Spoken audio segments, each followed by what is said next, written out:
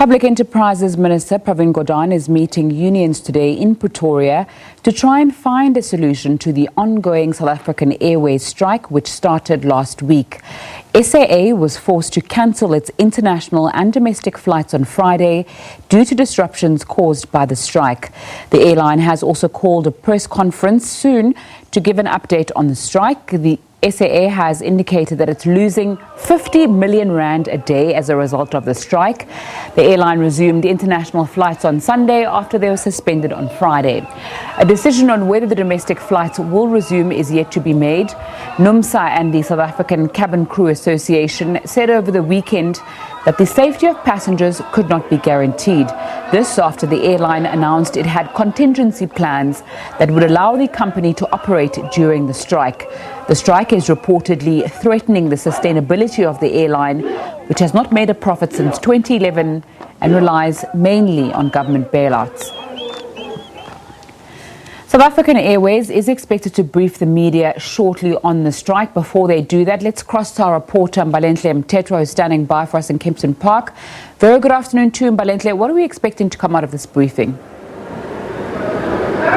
Good afternoon, Nzinga. We are expecting an update on the strike, and we're also expecting an update on the wage negotiations that are still ongoing. And we're also expecting to hear about a recent announcement by SAA to retrench over 900 of its employees. Now, we understand that workers have been on strike since Friday against these plans to restructure SAA, as well as a wage demand of 8%. They've essentially said that they would have preferred to get 15%. However, they were willing to compromise and bring that wage demand down to around 8%. We understand that they're still picketing outside this very building that I'm standing in, and they're also marching across between SAA's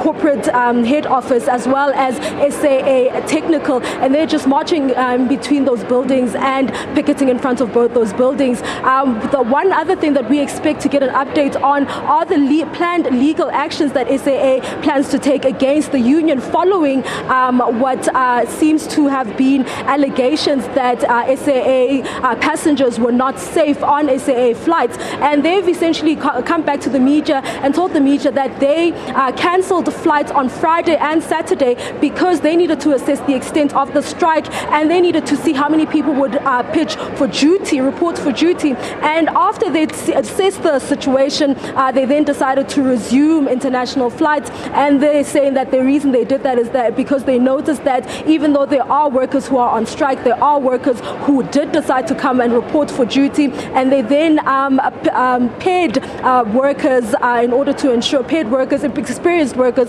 with not so experienced workers in order to ensure that they continue with their operations and that passengers are safe. I have just gotten a warning from one of my colleagues saying that the briefing is about to start. So Nzinga, I'm going to have to leave it right here. Mbalenhle Mthethwa giving us a preview of what's happening at that SAA announcement due shortly. Now, former Government Director General